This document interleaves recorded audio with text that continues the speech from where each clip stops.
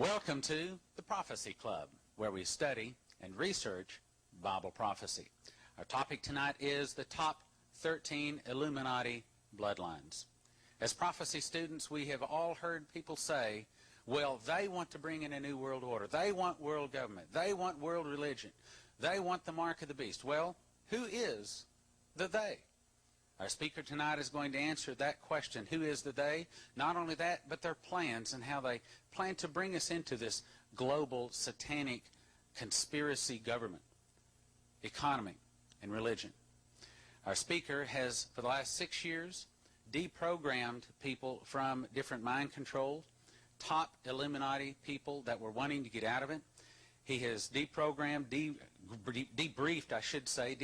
over 24 different people. He's author of the top 13 bloodlines of the Illuminati, and also this book, The Illuminati Formula Used to Create an Undetectable, Total Controlled, Mind-Controlled Slave, and 13 other books. Will you help me welcome Fritz Springmeier.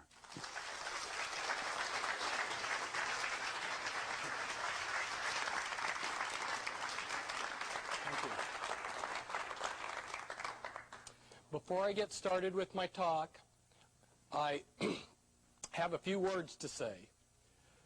First, it's a great pleasure and a great privilege to be here with you. It's very important that you feel a part of what I've got to say tonight, because what I've got to say tonight is going to affect your life and your children's lives and the lives of future generations, if there are any. I'm not trying to frighten anyone, but I do need to tell us about the situation, the dangerous situation that we are in today. Ladies and gentlemen, like you were told, I have co-authored with Cisco Wheeler 2 books on the New World Order's mind control. And this small version here has a Japanese translation to it. Many of us Christians are not afraid to be thrown into prison because we realize that we are free in Christ no matter where we are, and they are the slaves. No matter where they are, because they're slaves to sin.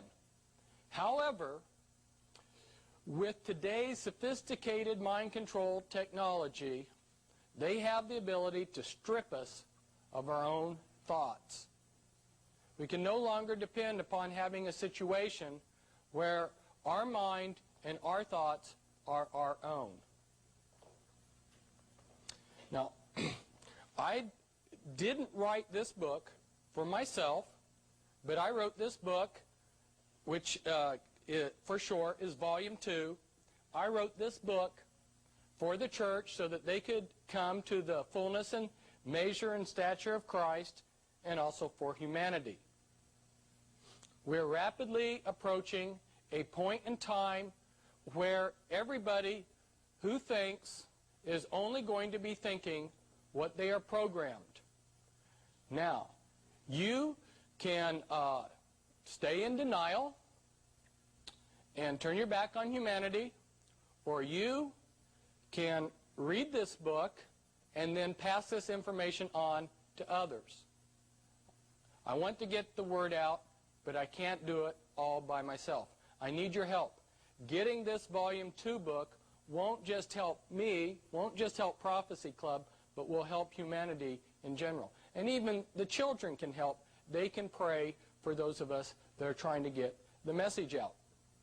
Now, I also need to warn you that this talk is not going to be politically correct.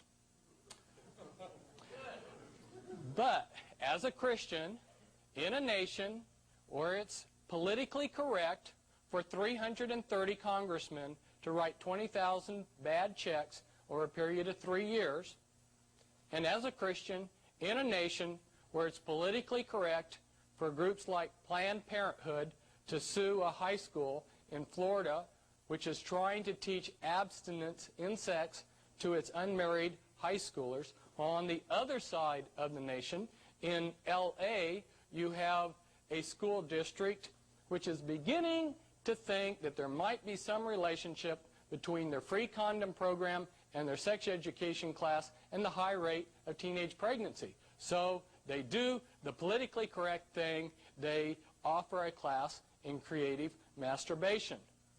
As a Christian in a nation like this, I enjoy being politically correct just a notch below AIDS.